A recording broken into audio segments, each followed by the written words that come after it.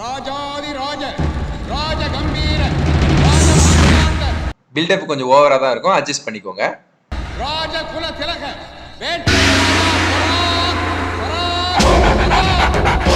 உறவுகள் அனைவருக்கும் வணக்கம். நான் உங்கள் நண்பன் முறுக்கு மீசை கவிஞன் RPS முருகன்.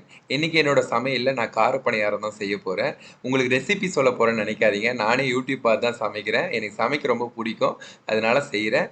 நான் எப்படி சமைக்கிறேன்றதை நீங்கள் வீடியோவில் பார்த்து ரசிங்க. அதுக்கப்புறம் நான் எப்படி சமைச்சேன், அடுத்து என்ன சமைக்கலான்றதையும் கமெண்ட்ஸில் சொல்லுங்கள். வீடியோ முழுசாக பாருங்கள். முதல்ல வெங்காயத்தை பொடிசாக நறுக்கி எடுத்துக்கலாம். பணியாரத்துக்கு எந்த அளவுக்கு வெங்காயம் போடுறோமோ அந்த அளவுக்கு நல்லா பொசு பொசுன்னு நல்லா சாப்பிட்றதுக்கு நல்லா இருக்கும். பணியாரத்துக்கு எப்போவுமே பச்சை மிளகாய் போடுவாங்க. எனக்கு பச்சை மிளகாய் ஆகாதுன்னு நான் காஞ்சி மிளகாய் போட போகிறேன். அதே போல் கருவேப்பிலை ஆப்ஷனல், வேணும்னா போட்டுங்க, வேணும்னா விட்டுருங்க. கொத்தமல்லி போட்டால் கண்டிப்பாக நல்லா இருக்கும். கொத்தமல்லியும் பொடிசாக நறுக்கி எடுத்துக்கலாம்.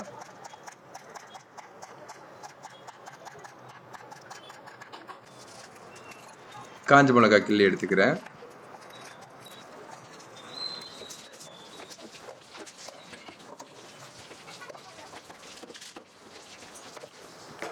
மண் சட்டி எடுத்துக்கிறேன், எல்லாத்தையும் தாளித்து எடுத்துக்கிறதுக்கு. சுத்தமாக செக்கில் ஆடின கடலை எண்ணெய் எடுத்துக்கிறேன். கடுகு போட்டுக்கிறேன். உளுத்தம்பருப்பு, கடலைப்பருப்பு, இதெல்லாம் வாசத்துக்கும் நல்லாயிருக்கும். அதே போல் பணியாரத்தை கடித்து மென்று சாப்பிடும்போது நல்லாயிருக்கும். சீரகம் கொஞ்சம் போட்டுக்கிறேன். கருவேப்பிலை வெங்காயத்தில் போட்டு வதக்கிறேன். ஃப்ளேம் கம்மியாக வச்சு நீங்கள் நல்லா வதக்கிக்குவாங்க. பெருங்காயத்தூள் ஆப்ஷனல் தான். சால்ட் உப்பு தேவையான அளவு போட்டுக்கங்க. மஞ்சத்தூள் கொஞ்சம் போட்டுக்கங்க. ரொம்பலாம் வதக்கணும்னு அவசியம் இல்லை. கொத்தமல்லி கொஞ்சமாக துவைக்கிறேன்.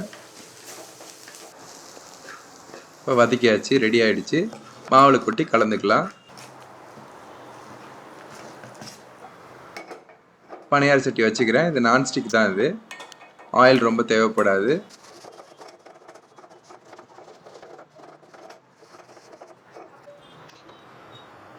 கொஞ்சமாக ஒரு ட்ராப் எண்ணெய் விட்டுக்கிறேன்.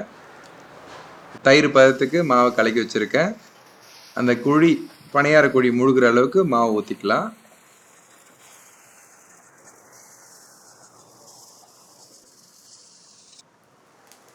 லேசாக மேலே எண்ணெய் விட்டுக்கிறோம்.